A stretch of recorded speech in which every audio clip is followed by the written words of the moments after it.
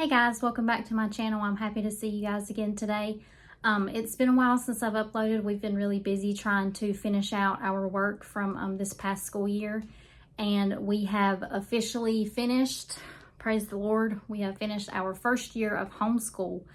It has been quite a journey. I've learned quite a few things, and something that I wanted to talk about today are some of those things that I have learned in my first year. We will get into that in just a minute, but first I wanted to welcome any new subscribers. I noticed that my numbers have gone up just a little bit in the past couple weeks. So if you're new here, hi, welcome. My name is Heather. I'm a homeschool mom. I currently homeschool my middle son, Heath. He is 11, and my nephew, Keelan, who is 8. And starting in August, I will also be homeschooling my youngest, my daughter. Her name is Hannah. She's 3.5. So she'll be pretty close to 4 by the time August gets here. So she's showing signs of readiness. So I figured I would get her started with just a few little things. Of course, there'll be lots of playtime sprinkled in there for her. But I'm going to get her started in August. And I'll also be tutoring another child, a friend of mine. Her son will be joining us as well. He's 5. And I may or may not be having another student join us. So we'll see how everything pans out. It's going to be a great year. I'm really excited. I can feel it in my bones. I'm ready to get going with the new year. I got some new curriculum. I got some new things planned, but we'll talk about all that in a future video. Today, what I wanted to talk about is some things that I have learned this past year, in my first year of homeschooling. I really wanted to share this with all of you. Some of you, you may be veteran homeschoolers or you may be rookie homeschoolers like I am. But I still feel like, even the veteran homeschoolers can still learn from some of the things that we've done, because I know some of the habits that I have myself in may take me a couple years to get out of. So maybe if you're a veteran homeschooler, you still have a couple of bad habits that you'd like to break, or, maybe something that needs to be called to your attention. And I hope that this video is helpful. I hope that I can bring some things, like shed some light on some things that maybe, you might be doing that you don't really realize until you hear somebody else say it. So anyway, I've got my notes in here. So if you see me glancing down at my table, that's what I'm doing. I'm looking at my notes.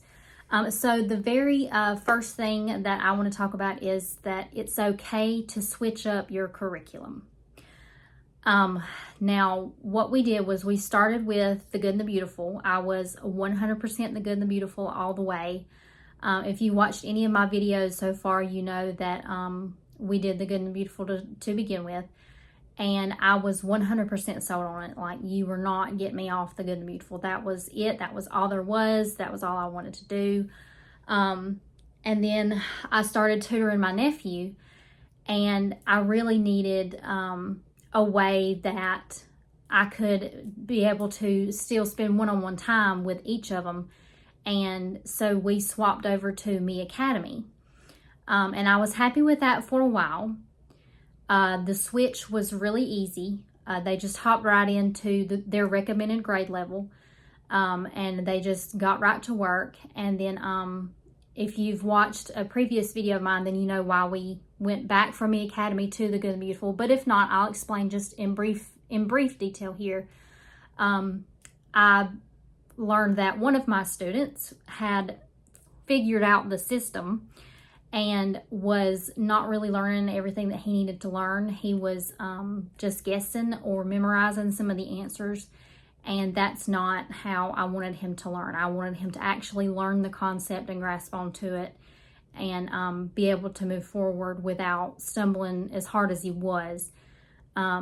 So we switched back to The Good and the Beautiful around the end of the school year. Now, you may say, Heather, how can you swap in the middle of a year? How can you do that? Like I said, the swap was very easy. Most curriculums have recommended grade levels, or they have placement tests that you can take. I know The Good and the Beautiful has placement tests that the child can take. And you may say, well, do you start in the middle of the book? Do you start at the first of the book? Where do you start? My suggestion for that is, if you're going through a lesson and it seems really easy for your child, go ahead and skip to the review portion of the lesson and see if they can do it. And if they can do it, that's great. Just let them do the review and then move on to the next lesson. And doing it that way, I mean, if they're doing that well, then maybe they could do a couple lessons in it a day and get through it just a little bit faster, and then you can move on to the next level. Now, if you find that almost every single lesson in a row is like that, where they already know the material, then you may need to move them up a level. Like I said, I know the Good and the Beautiful has placement tests online for their curriculum. Now, with Me Academy, the way that I did that was whenever you're picking out their curriculum, it has like little check boxes next to the curriculum that you pick, and it'll say recommended grades 3 to 4 or 4 to 5 or whatever. And I always chose the lesser grade. Like, for example, my son Heath was in 4th grade this past year. So if the recommended grade level was 3 to 4 or 4 to 5, I would always pick the 3 to 4 one. So that way I could see, you know, if it was too I would rather it be too easy on him than too hard, because if it's too hard, then he'll get discouraged. So I started him out easier, and if I noticed that he was just flying through it and just, you know, not really engaging in it because he was bored by it, then I would move him up to the next grade level. So it is completely okay to switch up your curriculum if you feel like you need to do that. If you feel like what you have is not working for you, and I know it may be hard because you might say, well, Heather, I've spent all this money on this curriculum. You know, my advice for that, the only thing that I can say to that is you live and you learn. You know, you think something is great and wonderful and perfect for you, and then you really get into the trenches of it, and then you realize this is not working out for us. This is not what I thought it was. Of course, any curriculum is going to put on a good face and a good front. All the ads are going to be wonderful. All the kids in the ads are going to be smiling while they're doing their work. That is not real life. Okay, so some days you're going to have kids that are crying while they're doing their work. Now, if they're crying too much, then, you know, it's a sign that you may need to switch something up. So, but I just want to let you know, it is okay to switch up your curriculum if you need to. Now, another thing that I want to talk about, the second thing that I learned, is that it's okay to switch up your schedule. As I said, I started tutoring my nephew around a little bit before mid-year, and I had to swap up my schedule a few different times when we added him. I had to change the time of day that we started. I had to actually have a set time of day because somebody has to drop him off at my house. Like when it was just my son and I, you know, we kind of got started whenever he would wake up and after he would finish breakfast, and then we would get started, and we didn't really have a set time. But whenever my nephew came along, I had to have a certain time of day that we were starting, so somebody would know what time to drop him off and what time to pick him back up. And there was a couple times that I changed the drop-off time for him because I realized this is too early or this is too late. You know, this is too close to lunchtime. This is too close to breakfast time, you know, whatever. So anyway, sorry, I got a little distracted. There's a bird out there. I'm a bird feeder. Anyway, so it's completely fine to switch up your schedule. I know that, like if you're tutoring someone else's child, they may get slightly annoyed with you whenever you're texting them like every other week saying, we're changing this, we're changing that. But I'm here to tell you, if you're the one doing the schooling, then you are the one that has to say so over the schedule. And if it causes a problem, then maybe they need to be reminded, look, I'm doing this to help you out.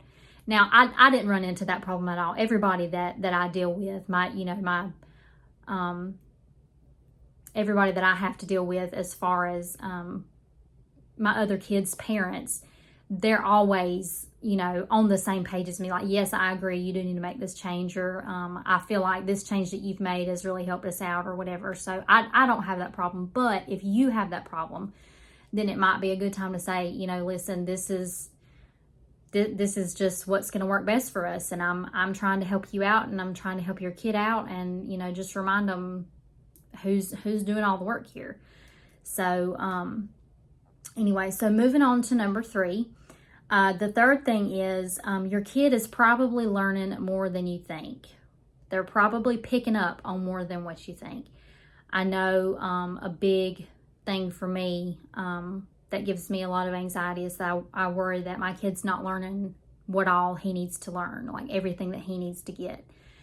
And you know, sometimes in the evening he'll say something say something that he learned in science or whatever, and I'm like, whoa, wait, you actually remember that? You heard me say that when I was reading that to you? And I mean, at the time they may be playing with their pencil, or they may be flopping their papers around, or talking or giggling or whatever, but you know, really and truly, most of the time, in most cases, they are listening and they are getting more than what you realize. So, you know, you don't have to be like, sit down and be quiet and listen to me and all this kind of stuff. You can just be a little more chill with them, and be a little more patient, and remember that they're probably listening even when you think they're not. Kids are wiggly, they're rambunctious, they like to move around, they don't like to sit still and listen to you just read things out of a book and drone on and on and on about a subject. They need movement. Their little bodies are very, very wiggly. But they really are picking up on more than what you realize. And you may also think, well, wow, we're done with our homeschool day in like 2 hours. And when they were in public school, they were going to public school for 7 hours a day. How in the world can they be learning just as much as they were in public school? You know, if you look at public school versus homeschool, you know, in a public school setting, the class size is a whole lot bigger. So you have a lot more distractions. The teacher might have to stop 2 or 3 times and go back over the same concept. Or they might, you know, take time to separate out into groups to do group work, or they might be taking time for an assembly, or they're leaving for PE, or they're going to eat lunch, or, you know, they're going to the library together or whatever. So there's a lot of things that happen in the public school setting that takes up a lot of time in their day that you're not having to do at homeschool. So, you know, the time thing can throw a lot of people off to like, wow, you're done with all of your work in 2 hours. How are they learning everything that they need to learn? Trust me, when it's one-on-one, you really just kind of fly through the work. You really get it done. So they're getting more than what you realize. Number 4, what I want to talk about is try to buy used curriculum. If I could go back in time and talk to myself a year ago, I would have said, Heather, calm down. Because I was so excited about buying curriculum and all of the things that I wanted everything to be bright and shiny and new. And I did not want to take the time to search out and look for used curriculum that I could make use out of. Like, there are books that I could have bought that had a couple of lessons written in that, you know, he still could have done. Like, he could have written his answers on a separate sheet of paper or something. Or I could have erased what was already written in the book if it was erasable. Or like just a teacher's guide that people don't write in anyway. I could have bought that used. Like, for example, my history curriculum that I bought at the first of the year, I bought all 4 years of the Good and the Beautiful history. This was before it was discontinued and sold out. I went ahead and bought all 4 years of it because I was like I said, I was 100% sold on the Good and Beautiful. This is what we're doing. This is what we're using. The end. So I went ahead and bought all 4 years. Guys, I spent hundreds of dollars on that history curriculum. And guess what? We don't use it. We don't even have it. I've already sold it. I sold it to a friend of mine for like a fraction of what I paid for it. I mean, I don't regret helping her out and, you know, giving her that curriculum at such a great price. But just thinking about it, you know, I could have bought that curriculum used. I really could have, because the way that it works was that, you know, you get the teacher books and then you download the student workbooks. So I could have bought all of the teacher books, all of those history books. I could have bought all of them used and saved a ton of money. But it just did not cross my mind. I was just thinking shiny, bright, new. It's in new packaging. Nobody's handled it before. Nobody's written in it before. I could have saved myself a lot of money. So if you can, try to buy used curriculum. Take the time to search it out. That was another thing for me, was like, I don't have time to sit here and search for this. I don't have time to look for it. It's all right here on one website. I'm going to buy it from one website. I'm just going to keep it simple. but I really wish that going back in time, I would have shopped around and bought used. So that brings us to number 5. Do not go overboard on supplies and manipulatives and things like that.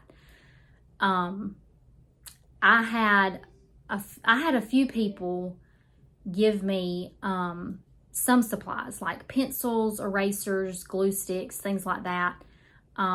Because I don't know how it works for everybody, but a lot of times with our teachers in our school, in the public school system, at the end of the year, all the supplies that their student didn't use, they would just send back home with them. So at the end of the year, my kid would come home with like 12 glue sticks, a pack of pencils, a brand new pack of crayons, things like that.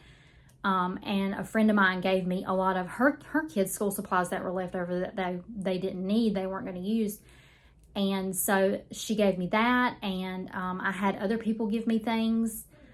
And I kind of went overboard on the manipulatives.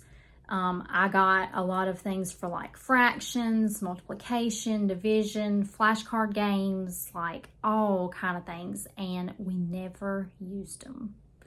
Like we had a curriculum swap at our co-op a few months ago, and I took a lot of my stuff up there and sold it, and a lot of it, you guys, it was opened because I opened it to look at it, but it was never used. Now, if you think you're going to use it, great, go for it. Manipulatives can be very, very helpful, especially in math.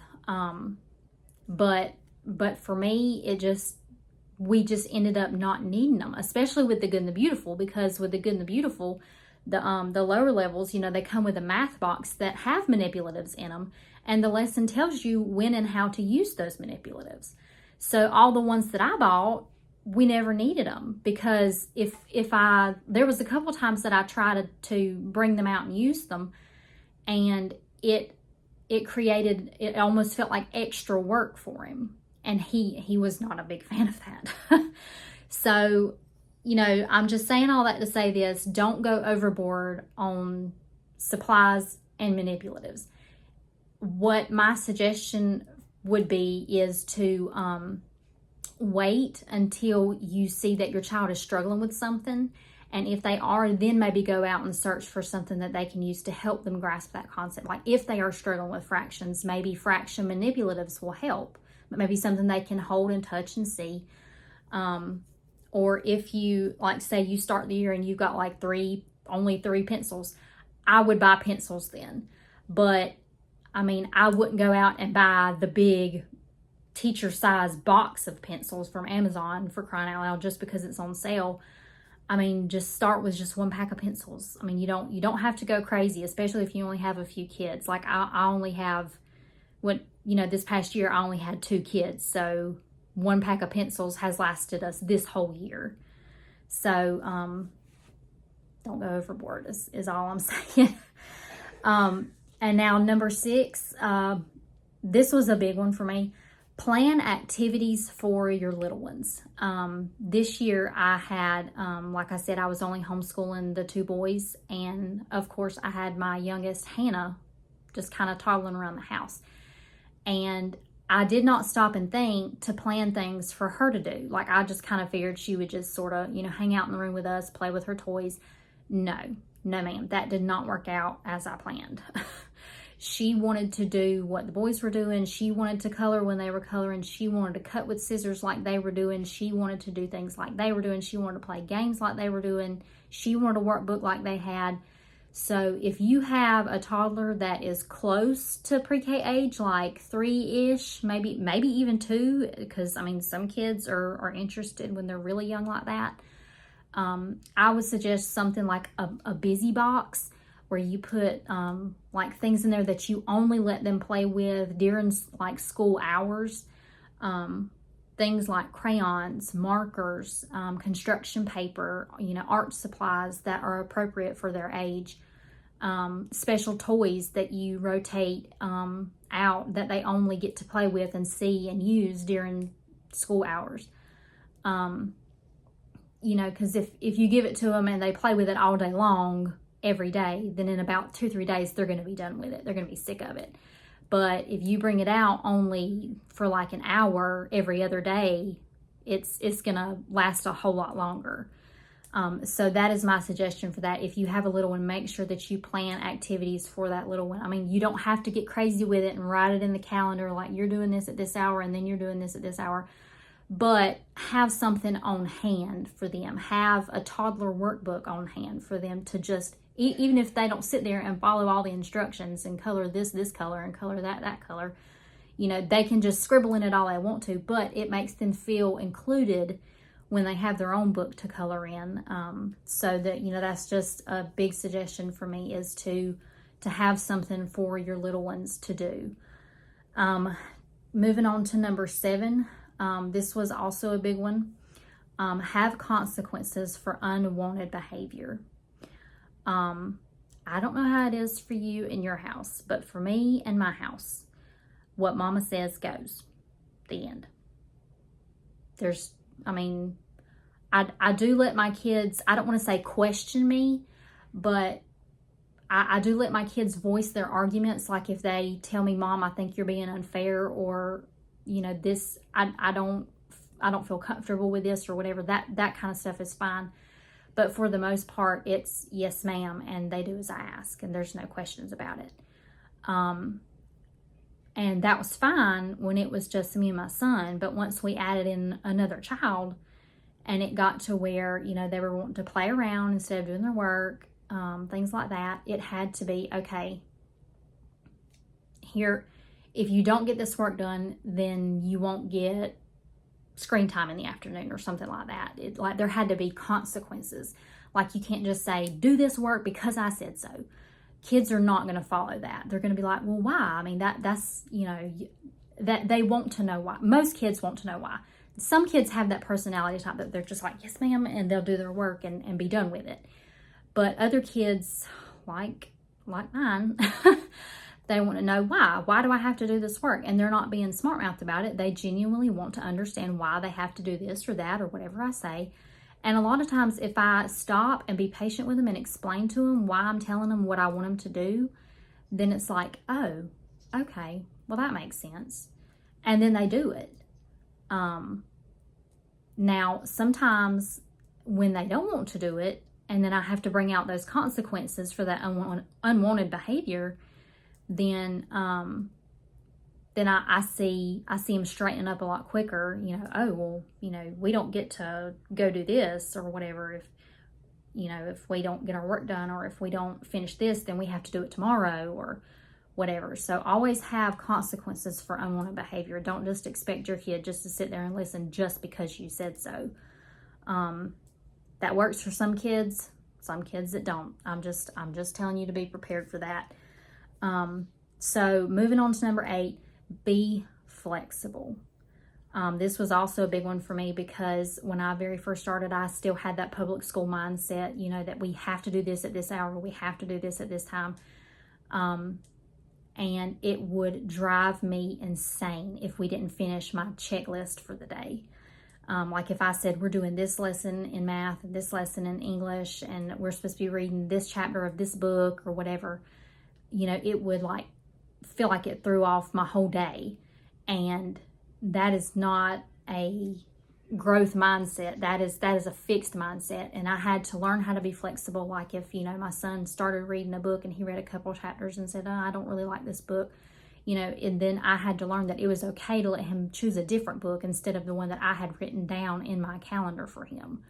I mean, I know that sounds nitpicky, but that's just how I am. I like to have a schedule. I like to have a plan. I like to know what's going on that week. And, you know, sometimes at the end of the day, if we didn't get around to doing the lesson that I had written down, then it would, like I said, it would just drive me insane. I would be like, wow, this is not okay. And that's, you know, with homeschool, you really do have to be flexible. I mean, things come up, you know, doctor's appointments, dentist appointments, people get sick. You know, you have things with co-op activities, field trips, things like that. You just have to be flexible. You have to be flexible. You cannot have a fixed mindset when you're homeschooling. So anyway, so number 9 is do not plan too far ahead. Again, I'm going to bring up my history curriculum, and I'm going to make this admission, and y'all please don't laugh at me. But what I did with my history curriculum with the first book was I went through that entire book lesson by lesson, and I hand wrote notes to go with every single lesson with fill in the blanks for my son. Yeah, I did that. The entire textbook. I did that because I wanted him to fill in those blanks as I was reading. That way he would be more engaged. And that does sound like a great idea, but like I said, we ended up not even using that curriculum. So how long did it take me? 2 weeks to get that done. Those 2 weeks that I spent writing those notes, out the door, gone. Can't get them back. Yeah. Also, with not planning too far ahead, if you write too far ahead, and like if you keep an agenda like I do, and you plan ahead, like some people just write down what they did that day, like I think that's called like backwards planning, where you just write down what you did that day. I am a forward planner where I write down, this is what we're going to do this week. When I very first started at the beginning of the year, I would plan like 2 or 3 months ahead. Yeah, 2 or 3 months. And then so if we did not finish a lesson in one day, I would have to go through those 2 or 3 months and rewrite everything. Yeah, rewrite everything so that it would all mesh back in with where we were. So I have learned only plan out 1 week ahead. And even that, I wonder, is that too much some days? Because there will be days that, you know, somebody will be sick or whatever, and we won't do school that day. And then I have to go through my agenda and erase what I've written and say, okay, well, we didn't do lesson 67 today, so we have to move lesson 67 to tomorrow, 68 to the next day, 69 to the next day, and then this one to the next week. So, you know, don't plan too far ahead because, like I said, things happen. People get sick, you know, you have doctor's appointment, you have dentist appointments or other appointments. You know, sometimes there are appointments that come up that I completely forgot that I had until I get the reminder call the day before. So don't plan too far ahead. That was a really, really big one for me. And my last one, my number 10, and you may or may not agree with me on this. That's fine. But for me, this I feel like this was a big lesson learned. And it says to be involved in a co-op or some kind of activity. When you homeschool, you are at home most of the time. Now, of course, you can school other places. You can take it to the library. You can take it on the road. You can do it traveling. You can do it wherever, however you want to. But for me, I like to have, you know, like we have this little classroom in my house. I like to do all of our work in the classroom so that way, you know, there's not math papers sitting on the couch and English papers sitting on the table in the kitchen, and then I have to like gather everything up at the end of the day and make sure everybody finished everything, or I check over everything to make sure everything's done right. I like to do everything in one room so that I can kind of keep up with everything. So then at the end of the day, I kind of feel like I have been stuck in this one room in the house all day long with these kids. And when it's like that day after day after day after day, it can get really monotonous, not just for you, but for the kids as well. They need to get out, they need to run around, they need to play, they need to see other kids, they need to see other people, other adults. And I think having them involved in some sort of activity or being involved in a co-op of some sort is very, very good for them, and it's good for you because it gets you involved as well. And if your kids see you stepping out and getting involved in the community, then it makes them more apt to getting out and getting involved in the community. It kind of gives them courage to take that step forward. So anyway, those are my 10 things that I have learned this year. And like I said, we have finally finished up our first year.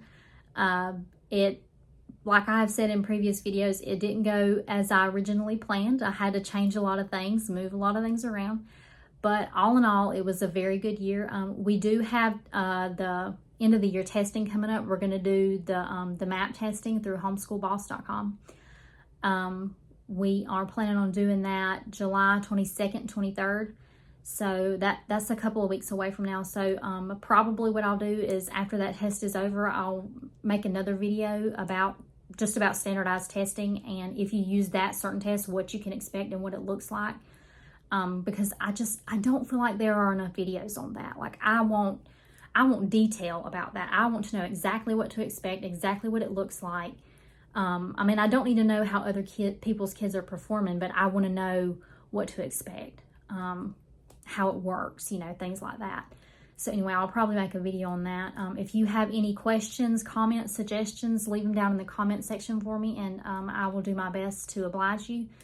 And if you can think of anything else that, you know, any other lessons that you've learned this past year of homeschooling, leave those in the comments as well. I would love to know. I'm always up for learning from other people. So if you have anything to add, leave it in the comments for me, and I will talk to you guys soon. Bye.